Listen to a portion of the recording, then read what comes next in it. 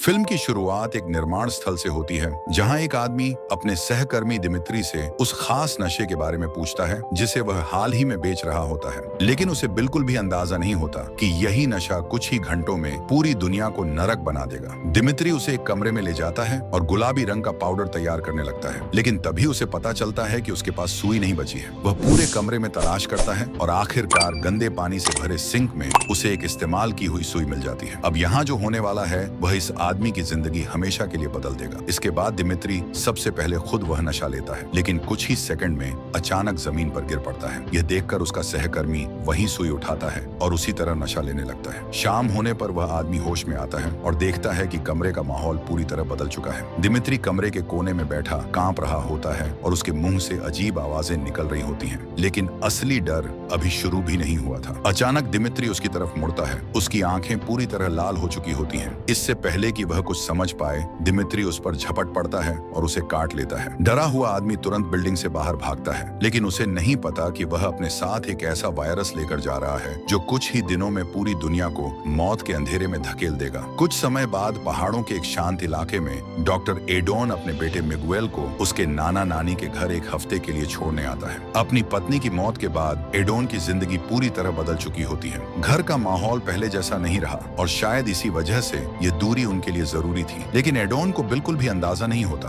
कि यह फैसला जल्द ही उसकी जिंदगी का सबसे दर्दनाक फैसला बनने वाला है। मिगुएल उदास मन से अपने पिता को देखता है, जबकि एडोन मुस्कुराने की कोशिश करता है ताकि उसका बेटा डर न जाए। फिर भारी दिल के साथ वह उसे उसके नाना नानी के पास छोड़कर वापस लौट जाता है। उसी समय एडोन का पड़ोसी जॉनी उससे मिलने आता है और उसे अपने घर खाने पर बुलाता है। वहाँ जॉनी की पत्नी एना कम खाना होने के लिए माफी मांगती है। वह बताती है कि खेतों में चूहे और दूसरे कीड़े मकोड़े फसलों को लगातार बर्बाद कर रहे हैं। जब एडोन घर लौटकर बिस्तर पर लेटता है तो वह कल्पना करता है कि उसका परिवार अब भी उसके साथ है, लेकिन यह सुकून भरी याद जल्दी ही टूट जाती है, क्योंकि उसे अपनी पत्नी की याद आ जाती है जो कैंसर की वजह से हर रात दर्द में तड़पती थी। अगले दिन एडोन अपनी पत्नी के पुराने नंबर पर कॉल करता है, सिर्फ उसकी आवाज वॉइसमेल में सुनने के लिए। इसी बीच शहर में बिना किसी पहचान वाले एक आदमी को अस्पताल लाया जाता है क्योंकि उसे गाड़ी ने टक्कर मार दी थी। इमरजेंसी रूम में ले जाते समय वह अचानक एक नर्स के चेहरे पर थूक देता है। गवाह बताते हैं कि सड़क पर किसी दूसरे आदमी ने उसे काट लिया था। इसके बाद वही नर्स लगातार खांसते हुए भी फ्लाइट में बैठ जाती है। इसी बीच विश्व स्वास्थ्य संगठन की डॉक्टर लूसी एक वायरल वीडियो देख रही होती है। वीडियो में एक परिवार अपने ही पिता को बिस्तर से बांध कर रखता है क्योंकि वह पूरी तरह पागल हो चुका है। वह आदमी लगातार कांप रहा होता है और अचानक रस्सियां तोड़कर अपने ही रिश्तेदारों पर हमला करने की कोशिश करता है। उसी बीच डॉक्टर लूसी को एक विशेष बैठक के लिए बुलाया जाता है जहां उसे वेनेजुएला के एक अस्पताल से भेजी गई एक रिपोर्ट का विश्लेषण करना होता है। रिपोर्ट के अनुसार वहां एक मरीज में ऐसे अजीब लक्षण पाए गए हैं जो किसी भी झात बीमारी से मेल नहीं खाते। दुर्भाग्य से वीडियो अचानक खराब होने लगता है और फिर बिना किसी और जानकारी के बंद हो जाता है। लूसी का बॉस उसे बताता है कि संयुक्त राष्ट्र ने पहले ही इसे लेवल 4 इमरजेंसी घोषित कर दिया है। इधर सुपरमार्केट में एडोन देखता है कि लगभग सारी जरूरी चीजें खत्म हो चुकी हैं। अचानक दुकानदार उसे एक चोर के पीछे भागने के लिए धक्का देता है और एडोन उसका पीछा करते हुए सड़क तक पहुंच जाता है। पास ही एक एम्बुलेंस दुर्घटनाग्रस्त हो जाती है और लोग मदद के लिए उसकी तरफ दौड़ पड़ते हैं। खून से लथपथ एक आदमी गाड़ी से बाहर कूदता है और किसी एक व्यक्ति पर हमला कर देता है जैसे वह उसे खा रहा हो। इससे साफ हो जाता है कि यह नया वायरस लोगों को ज़ॉम्बी जैसे खतरनाक जीवों में बदल रहा है। तभी एक आदमी बंदूक निकालकर भीड़ पर फायर करता है और लोगों को चेतावनी देता है कि उस संक्रमित जीव को हाथ न लगाएं, क्योंकि यह बहुत तेजी से फैलने वाला संक्रमण है। एक पुलिस वाला उसके पीछे आकर उसे हथियार नीचे रखने के लिए कहता है, लेकिन तभी एम्बुलेंस से निकला एक ज़ॉम्बी उस पर हमला कर देता है। उसी समय एक इमारत में जोरदार धमाका हो जाता है जिससे अफरा तफरी मच जाती है। एडोन तुरंत अपनी कार की तरफ भागता है, लेकिन एक ज़ॉम्बी उसके रास्ते में आकर उसे रोकने की कोशिश करता है। एडोन गाड़ी को रिवर्स में चलाता है और किसी तरह वहां से निकलने में सफल हो जाता है। वापस लौटते रास्ते में एडोन बार बार अपने बेटे को फोन करने की कोशिश करता है, लेकिन कोई जवाब नहीं मिलता। तभी उसे जॉनी मिलता है जो बेहोश एना को अपनी गोद में उठाए हुए होता है। वह बताता है कि किसी के काटने के बाद से उसे तबीयत खराब लगने लगी थी। एडोन तुरंत उन्हें अपने ऑफिस ले जाता है और घाव की जांच करता है। एना मदद की गुहार लगाती है, लेकिन उसकी आवाज धीरे धीरे गुर्राहट में बदलने लगती है। एडोन उसे एक इंजेक्शन इंजेक्शन देता है जिससे वह सो जाती है। इसके बाद एडॉन अपने सास ससुर को फोन करने की कोशिश करता है, लेकिन कॉल फिर भी नहीं लगती। फिर वह अपने कंप्यूटर पर वेनेजुएला में फैले एक वायरस के बारे में जानकारी खोजता है। उसे तुरंत कई खबरें मिलती हैं जिनमें बताया जाता है कि यह वायरस देश के कई इलाकों तक पहुंच चुका है। एक डॉक्टर लोगों से कहता है कि जब तक उन्हें और जानकारी न मिल जाए तब तक सभी लोग घर के अंदर ही रहें। उसी समय जॉनी एना को एडॉन के घर लेकर आता है क्योंकि उसकी हालत अभी भी ठीक नहीं हुई थी। दो और पड़ोसी भी वहां आ जाते हैं क्योंकि वे एना को लेकर चिंतित थे। एडॉन फिर से एना की जांच करता है और उसके बदले हुए दांत और लाल आंखों को देखता है। अचानक एना जाग जाती है और उस पर हमला करने की कोशिश करती है, इसलिए बाकी लोगों को उसे पकड़कर रोकना पड़ता है। तभी एना एक पड़ोसी को काट लेती है और वह दर्द से पीछे हट जाता है। एडॉन उसकी जगह संभाल लेता है और फिर वह और जॉनी मिलकर एना को काबू में रखने की कोशिश करते हैं। काफी देर तक संघर्ष होने के बाद एना गिर जाती है और उसका सिर मेज से टकरा जाता है जिससे वह बेहोश हो जाती है। अपनी सास की वॉइसमेल पर संदेश छोड़ने के बाद जॉनी उस पड़ोसी के घाव पर पट्टी बांधता है। फिर वह रेडियो चालू करता है, लेकिन वहां सिर्फ एक आपातकालीन संदेश सुनाई देता है जिसमें लोगों से कहा जाता है कि वे अपने घरों के अंदर ही रहें। इसमें यह भी कहा जाता है कि जिस किसी में भी बुखार, मतिभ्रम और हिंसक व्यवहार जैसे लक्षण दिखाई दें उसे तुरंत अलग कर दिया जाए और उसके परिवार वाले तुरंत 911 पर कॉल करें। कुछ ही देर बाद इंटरनेट भी बंद हो जाता है। उसी समय एडोन को उसके दोस्त कार्लोस का फोन आता है जो एक लैब में काम करता था जिसे हाल ही में खाली करवाया गया था। अब वह और उसके सहकर्मी शहर के बाहर बने एक आर्मी बेस में जबरदस्ती रुकने पर मजबूर कर दिए गए हैं। कार्लोस एडोन को लोकेशन के निर्देशांक भेजता है और उससे वहां आकर मिलने के लिए कहता है क्योंकि उसे जितनी मदद मिल सके उतनी जरूरत है। वह यह भी बताता है कि पूरा शहर क्वारंटीन कर दिया गया है और सैनिकों को आदेश मिला है कि जो भी संक्रमित मिले उसे मार दिया जाए। लेकिन इससे पहले कि वह और कुछ बता पाता, कॉल अचानक कट जाती है। एडोन जब अपने दोस्तों को यह सारी बात बताता है उसी समय उसके घर की बिजली चली जाती है और आसमान में सैन्य विमानों की आवाज गूंजने लगती है। समूह यह फैसला करता है कि वे सब मिलकर निकलेंगे ताकि एना के लिए मदद ढूंढी जा सके। इसी बीच एडोन का ससुर एनहेल अपने पड़ोसी का हाल जानने जाता है। वह घर के हर कमरे में तलाश करता है लेकिन उसे कोई नहीं मिलता, इसलिए वह पीछे के आंगन में जाता है। वहां जाकर पता चलता है कि पड़ोसी कुर्सी पर मृत पड़ा है। ऐसा लगता है कि झोंबी बनने से बचने के लिए उसने खुद अपनी जान ले ली थी। जब एनहेल घर वापस आता है तो वह अपनी पत्नी टीना को बताता है कि उसने क्या देखा। उन्हें यह पता नहीं होता कि मिगुएल उनकी बातें सुन रहा है। एनहेल टीना से कहता है कि वह घर के अंदर ही रहे और किसी के लिए भी दरवाजा न खोले। तभी अचानक बिजली चली जाती है। कुछ घंटों बाद एडोन और उसके दोस्तों को सड़क पर एक जलती हुई कार रास्ता रोकते हुए दिखाई देती है, लेकिन वे आसानी से उसके पास से निकलकर आगे बढ़ जाते हैं। कुछ मील आगे जाने के बाद सड़क फिर से सैनिकों के एक समूह द्वारा रोक दी जाती है। वे कार रोकने के लिए जमीन पर गोलियां चलाते हैं और घोषणा करते हैं कि इस इलाके में किसी को आने की अनुमति नहीं है। उसी समय जंगल में मौजूद झोंबियों का झुंड गोलियों की आवाज सुन लेता है और तेजी से उनकी तरफ दौड़ने लगता है। एडोन कार से बाहर निकलता है और सैनिकों को बताता है कि वह एक डॉक्टर है। इसके बाद सैनिक उसके बाकी साथियों को भी कार से बाहर आने के लिए कहते हैं। अचानक पूरी तरह झोंबी बन चुकी एना बाहर कूद पड़ती है। सैनिक तुरंत उस पर गोलियां चलाकर उसे मार गिराते हैं। इस दौरान वे दोनों पड़ोसियों को भी गोली मार देते हैं। जॉनी अपनी पत्नी की मदद करना चाहता है लेकिन एडोन उसे जबरदस्ती वापस कार में बैठने के लिए कहता है क्योंकि जंगल से झोंबियों का झुंड हमला करने आ रहा होता है। जैसे ही दोनों वहां से कार लेकर भागते हैं,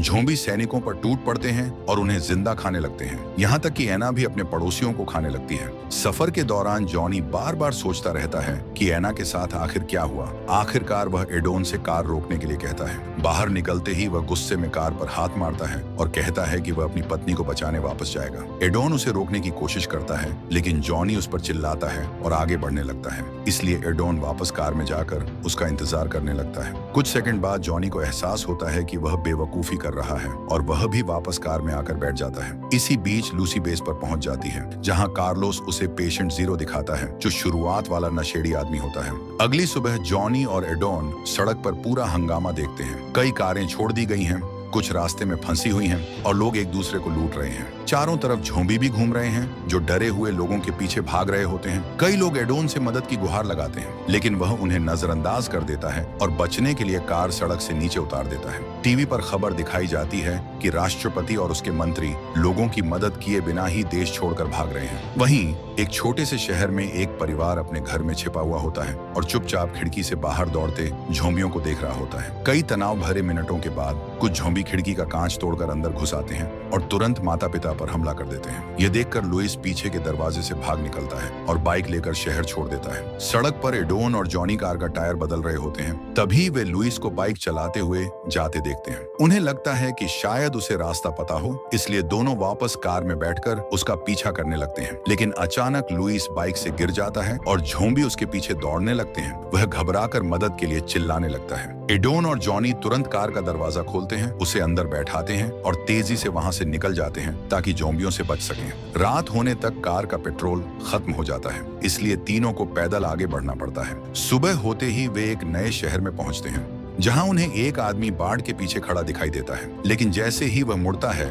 पता चलता है कि वह एक झोंबी है। इसके बाद समूह आगे बढ़ता है और एक पेट्रोल पंप पर पहुंचता है, जहां उन्हें एक पुलिस वाला अपनी कार के पास मृत पड़ा मिलता है। तभी अचानक दो झोंबी उन पर हमला कर देते हैं। एडोन और जॉनी खुद को बचाने की कोशिश करते हुए जमीन पर गिर जाते हैं। तभी लुइस पुलिस वाले की बंदूक उठाता है और दोनों झोंबियों को तुरंत मार गिराता है। गोलियों की आवाज पास के एक होटल में छिपे परिवार का ध्यान अपनी ओर खींच लेती है। गोलियों की आवाज और भी ज्यादा झोंबियों को अपनी तरफ खींच लेती है, इसलिए तीनों जितनी तेज हो सके भागने लगते हैं। जब वे होटल के पास पहुंचते हैं, तब जोसे दरवाजा खोलकर उन्हें अंदर आने देता है, जबकि उसकी पत्नी छत से सामान फेंककर झोंबियों का ध्यान भटकाने की कोशिश करती है। बाद में जोसे समूह से कहता है कि वे रात यहीं आराम करें, क्योंकि सुबह उन्हें पानी की तलाश में बाहर जाना पड़ेगा। एडोन मदद करने के लिए तैयार हो जाता है, लेकिन वह साफ कहता है कि वे यहाँ रुक नहीं सकते क्योंकि उसे अपने बेटे को ढूंढना है। अगली सुबह टीना के घर के ऊपर से एक विमान उड़ता है और मिगुएल उसे देखने के लिए खिड़की के पास चला जाता है। तभी अचानक एक झोंबी अंदर हाथ डालकर बच्चे को पकड़ने की कोशिश करता है, लेकिन उसी पल एडोन की नींद खुल जाती है और पता चलता है कि वह एक बुरा सपना देख रहा था। तभी उसे एक आवाज सुनाई देती है, इसलिए वह जांच करने बाहर जाता है। वहां उसे पूरे इलाके में झोंबी दिखाई देते हैं। वे तुरंत उसके पीछे दौड़ पड़ते हैं, इसलिए एडोन भागकर एक कमरे में छिप जाता है। वह दरवाजा बंद करके रोकने की कोशिश करता है, लेकिन झोंबी उससे ज्यादा ताकतवर होता है और आखिरकार दरवाजा तोड़कर अंदर घुस आता है। खुशकिस्मती से एडोन को एक लोहे की पाइप मिल जाती है और वह उससे झोंबी को मार गिराता है। इसके बाद वह उसी पाइप की मदद से दरवाजा अटका देता है, जबकि दूसरा झोंबी लगातार दरवाजा पीटता रहता है। बचने के लिए एडोन कमजोर दीवार पर जोर जोर से मारता है, जब तक उसमें इतना बड़ा छेद नहीं हो जाता कि वह दूसरे कमरे में निकल सके। लेकिन जब वह गलियारे की तरफ देखता है, तो वहां भी कई झोंबी खड़े दिखाई देते हैं। अब उसके पास जितनी तेज हो सके भागने के अलावा कोई रास्ता नहीं बचता। इसके बाद एक खतरनाक पीछा शुरू हो जाता है। एडोन सीढ़ियों से भागते हुए छत पर पहुंचता है, जहां उसे कुछ लकड़ी के तख्ते मिलते हैं, जिनका इस्तेमाल वह खुद को बचाने के लिए करता है। एक झोंबी बेहोश होकर गिर जाता है और दूसरा छत से नीचे धक्का दे दिया जाता है। तभी तीसरा झोंबी एडोन को काटने ही वाला होता है, लेकिन उसी समय जोसे की बेटी क्रिस्टल उसे गोली मार देती है। क्योंकि उसे बाकी लोगों के बारे में कुछ पता नहीं होता, इसलिए क्रिस्टल और एडोन नीचे जाकर सबको ढूंढने का फैसला करते हैं। गलियारे में हर तरफ फैला खून देखने के बाद वे आंगन तक पहुंचते हैं, जहां उन्हें जोसे और उसकी पत्नी एक बाहर वाले कमरे से निकलते हुए दिखाई देते हैं। जोसे बताता है कि उसकी गोलियां खत्म हो चुकी हैं और जॉनी ऑफ लुइस बार्ड के पीछे बने एक कमरे में छिपे हुए हैं। जोसे यह भी बताता है कि उसने एक बच्चे को झोंबियों से भागकर उन्हीं कमरों में से एक में छिपते हुए देखा था। एडोन और जोसे उसकी मदद करने का फैसला करते हैं, इसलिए वे बार्ड पार कर जाते हैं, जबकि पीछे से महिलाएं गेट बंद कर देती हैं। ऊंची घास में एक झोंबी छिपा होता है, जो तुरंत एडोन के पीछे दौड़ पड़ता है। एडोन भागते हुए कमरे तक पहुंचता है और जॉनी दरवाजा खोलकर उसे अंदर खींच लेता है। फिर वह दरवाजे के एक छेद से अपना चाकू बाहर निकालकर झोंबी पर कई वार करता है। अंदर आने के बाद एडोन को पता चलता है कि लुइस की टांग टूट गई है। वह उसे अपनी शर्ट दांतों से दबाने के लिए कहता है और फिर उसकी हड्डी को सही जगह पर बैठाकर चोट पर पट्टी बांध देता है। इसी बीच जोसे उस बच्चे को बचा लेता है और दोनों वापस बाढ़ की तरफ लौटने लगते हैं। लेकिन तभी एक और झोंबी उन्हें देख लेता है और उनके पीछे दौड़ पड़ता है। वे तुरंत भागकर कमरे के अंदर घुस जाते हैं और दरवाजा बंद कर देते हैं, मगर झोंबी लगातार दरवाजा पीटता रहता है और आखिरकार उसे तोड़कर अंदर घुस जाता है। इसके बाद वह जोसे और बच्चे दोनों को मार देता है। ये देखकर जोसे की पत्नी अपने पति को बचाने के लिए दौड़ती है, लेकिन वह खुद भी एक झोंबी का शिकार बन जाती है। क्रिस्टल अपने परिवार की मदद करने का सोचती है, तभी एक और झोंबी उसके पीछे पड़ जाता है। वह जान बचाने के लिए पास की खिड़की की तरफ दौड़ती है और अंदर कमरे में कूद जाती है। इसके बाद क्रिस्टल पीछे के दरवाजे से भाग निकलती है और वापस बाड़ के पास पहुंचकर गेट फिर से बंद कर देती है। जब बाकी लोग आखिरकार बाहर आते हैं, तो क्रिस्टल उन्हें बताती है कि वह ठीक है, लेकिन तभी एक झोंबी उसकी आवाज सुन लेता है और उसके कंधे पर काट लेता है। ये देखकर क्रिस्टल घबराकर भागती है और पास के एक कमरे में छिप जाती है, जहां वह पूरी तरह टूट जाती है। कुछ ही पल बाद ज़ॉम्बी खिड़कियां तोड़कर अंदर घुस आते हैं और उसे चारों तरफ से घेर लेते हैं। आखिरकार सभी लोग वापस अपने कमरे में लौट आते हैं और वहीं रात बिताते हैं। अगली सुबह एडोन और जॉनी लुइस को सहारा देकर चलते हैं और वे लोग पेट्रोल पंप तक पहुंच जाते हैं। वहां एडोन एक खड़ी कार से पेट्रोल निकालना शुरू करता है, लेकिन तभी उसे पास में बाइकों की आवाज सुनाई देती है, इसलिए वह तुरंत गाड़ी के नीचे छिप जाता है। कुछ ही देर में एक गैंग पेट्रोल पंप पर पहुंचता है और आसपास जल्दी से नजर दौड़ाता है, मगर जब उन्हें वहां कोई नहीं दिखता तो वे वहां से चले जाते हैं। इसके बाद तीनों वापस अपनी कार के पास लौटते हैं और टैंक में पेट्रोल भरते हैं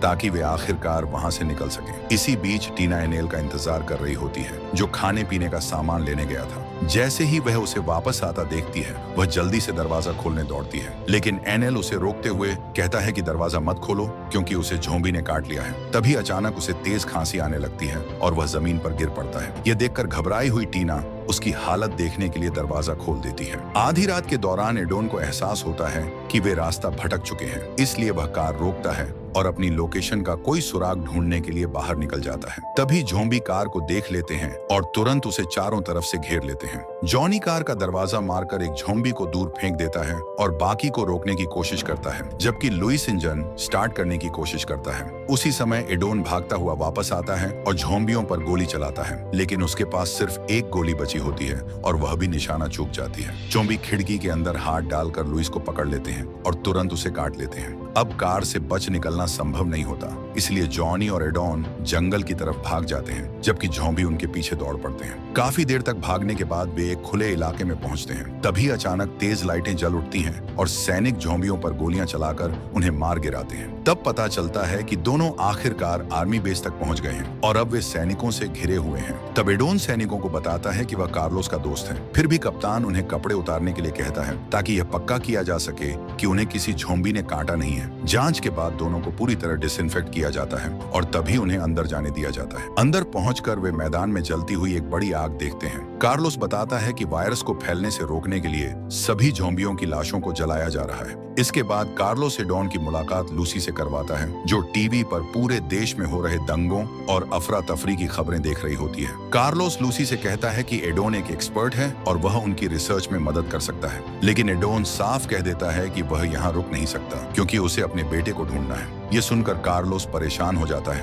और कहता है कि वे लोग ग्राउंड जीरो के बहुत करीब हैं, इसलिए बाहर जाना मतलब सीधे मौत को बुलाना है। इसके बाद लूसी एडोन को माइक्रोस्कोप में वायरस दिखाती है और बताती है कि यह रेबीज का बदला हुआ रूप है। फिर एडोन पेशेंट जीरो की फाइल देखता है और उसे पता चलता है कि ज़ॉम्बी बनने से पहले उसने कुछ खाया था। एडोन अंदाजा लगाता है कि उस आदमी को पहले से ही रेबीज था और उसी अजीब पदार्थ को लेने की वजह से वायरस में यह खतरनाक बदलाव आया। इसके बाद टीम उसकी थ्योरी को साबित करने के लिए कई टेस्ट शुरू कर देती है। तभी एडोन ध्यान देता है कि अब तक जितने भी ज़ॉम्बी सैंपल मिले हैं वे सभी बड़े लोगों के हैं। उसे एहसास होता है कि उसने अभी तक एक भी संक्रमित बच्चा नहीं देखा। तभी अचानक ज़ॉम्बियों का एक बड़ा झुंड कैंप के अंदर घुस आता है और सैनिक तुरंत उन पर गोलियां चलाने लगते हैं। लेकिन चाहे सैनिक कितने भी ज़ॉम्बियों को मार दें, उनकी संख्या लगातार बढ़ती ही जाती है। हालात इतने बिगड़ जाते हैं कि सैनिक डरकर भागने लगते हैं और बेस की रक्षा के लिए कप्तान अकेला रह जाता है। इसी दौरान एक ज़ॉम्बी एक वैज्ञानिक का पीछा करते हुए टेंट के अंदर घुस जाता है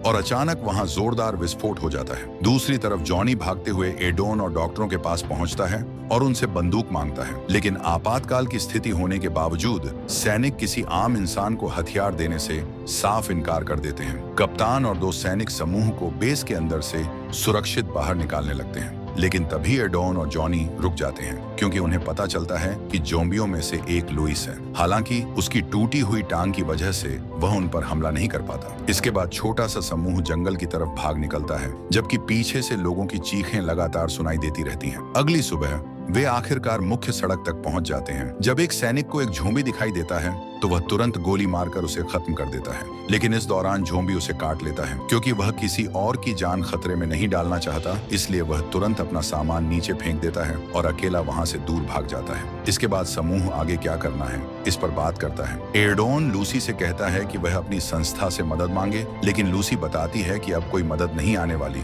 क्योंकि देश की सभी सीमाएं बंद कर दी गई हैं। कार्लोस बताता है कि उसे यह बात पहले से पता थी। उसका परिवार एक हफ्ते पहले बाकी लोगों के साथ सुरक्षित सुरक्षित जगह भेज दिया गया था, इसलिए अब वे पूरी तरह अकेले हैं। कार्लोस वैज्ञानिक संस्थान जाकर इलाज खोजने पर काम करना चाहता है, जबकि कप्तान किसी दूसरे सैन्य बेस तक पहुंचना चाहता है। इसी बात को लेकर दोनों के बीच बहस शुरू हो जाती है। तभी जॉनी चुपके से उस घायल सैनिक की बंदूक उठा लेता है। बहस इतनी बढ़ जाती है कि गुस्से में कप्तान कार्लोस पर हमला कर देता है और उसका हाथ तोड़ देता है। यह देखकर जॉनी तुरंत बंदूक कप्तान की तरफ तान देता है और जवाब में एक सैनिक भी जॉनी को धमकाने लगता है। कार्लोस कहता है कि अगर इलाज ही नहीं मिला तो बचाने के लिए कोई इंसान भी नहीं बचेगा। तभी एडोन कप्तान से पूछता है कि क्या उसका भी कोई परिवार है। यह सुनकर कप्तान शांत हो जाता है और आखिरकार वैज्ञानिक संस्थान जाने के लिए मान जाता है। लेकिन एडोन अब भी अपने बेटे को ढूंढना चाहता है, इसलिए वह जॉनी से कहता है कि वह बाकी समूह की रक्षा करे। फिर एक बंदूक लेकर अकेला ही वहां से निकल पड़ता है। कुछ देर बाद एडोन एक सुनसान शहर से गुजर रहा होता है। तभी अचानक सामने से आती एक वैन को देखकर वह ठिठक जाता है। वैन से एक आदमी और उसकी माँ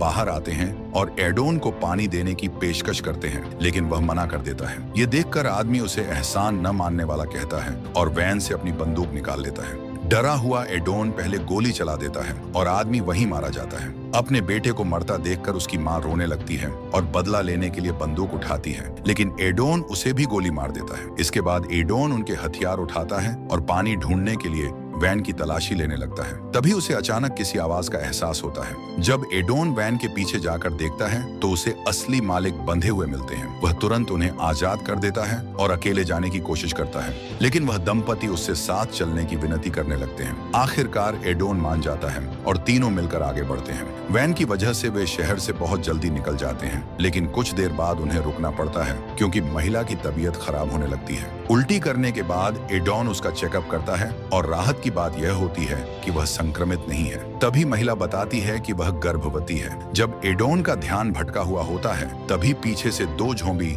अचानक उस दंपति पर हमला कर देते हैं और उन्हें काट लेते हैं। एडोन तुरंत गोली चलाता है, लेकिन तब तक बहुत देर हो चुकी होती है। मजबूर होकर उसे उन दोनों और झोंबियों को मारना पड़ता है। इसके बाद वह वैन में बैठकर निकलने की कोशिश करता है, लेकिन गाड़ी स्टार्ट ही नहीं होती। तभी और झोंबी वहां आने लगते हैं, इसलिए एडोन जान बचाने के लिए जंगल की तरफ भाग जाता है और छिप जाता है। दूसरी तरफ जॉनी और उसके समूह की कार भी रास्ते में खराब हो जाती है, इसलिए उन्हें दूसरी गाड़ी ढूंढनी पड़ती है। अचानक उन्हें दो घोड़े तेजी से भागते हुए दिखाई देते हैं और वे समझ जाते हैं कि घोड़े झोंबियों से बचकर भाग रहे हैं। ये देखते ही पूरा समूह भी दौड़ना शुरू कर देता है। झोंबियों का झुंड उनका पीछा करते हुए उन्हें शहर के बाहर तक पहुंचा देता है, जहां सड़क एक बड़ी बाढ़ से बंद मिलती है। उनके सारे हथियारों की गोलियां खत्म हो चुकी होती हैं, इसीलिए कप्तान बाकी लोगों से भागने के लिए कहता है, जबकि वह खुद झोंबियों का ध्यान अपनी तरफ खींचने के लिए रुक जाता है। जब झोंबी उसे चारों तरफ से घेर कर खाने लगते हैं, तभी कप्तान ग्रेनेड चालू कर देता है और खुद के साथ सभी झोंबियों को भी उड़ा देता है।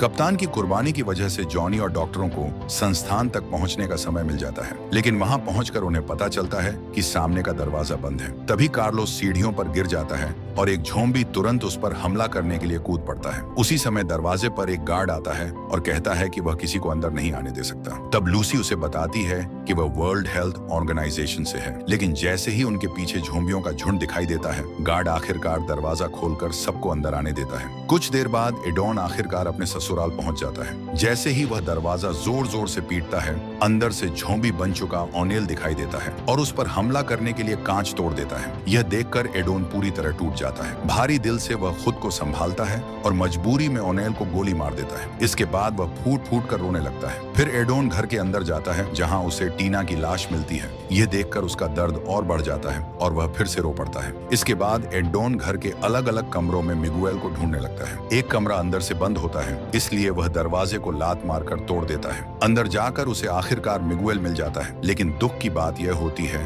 कि उसे एक दिन पहले ही झोंबी ने काट लिया था। फिर भी एडोन उसे दिलासा देता है कि सब ठीक हो जाएगा और उसे उसके दादा दादी की कार में लेकर वहां से निकल जाता है। शाम तक दोनों शहर के बाहर वाली सड़क पर पहुंच जाते हैं। तभी एक महिला उनके पास आकर मदद मांगने लगती है। जैसे ही एडोन कार रोकता है, जमीन पर पड़े लोग अचानक उठ खड़े होते हैं। तब पता चलता है कि वे झोंबी नहीं बल्कि सामान्य इंसान हैं और यह पूरा एक जाल था। तभी वह महिला देख लेती है कि मिगुएल संक्रमित है और तुरंत गोली चलाना शुरू कर देती है, लेकिन गोली मिगुएल की बजाय एडोन को लग जाती है। वह जमीन पर गिर पड़ता है, जबकि दो दूसरी महिलाएं मिगुएल को पकड़ लेती हैं। बेहोश होने से पहले एडोन को एक कार की आवाज सुनाई देती है और कोई उसका नाम पुकारता है। कुछ समय बाद एडोन की आंख खुलती है और वह खुद को एक अस्पताल में पाता है। तब पता चलता है कि वैज्ञानिकों ने खोज लिया है कि 10 साल से कम उम्र के बच्चे इस वायरस से पूरी तरह सुरक्षित हैं। इसी वजह से उन्होंने मिगुएल के खून का इस्तेमाल करके एक इलाज तैयार कर लिया है। अब यह दवा पूरे देश में लोगों तक पहुंचाई जा रही है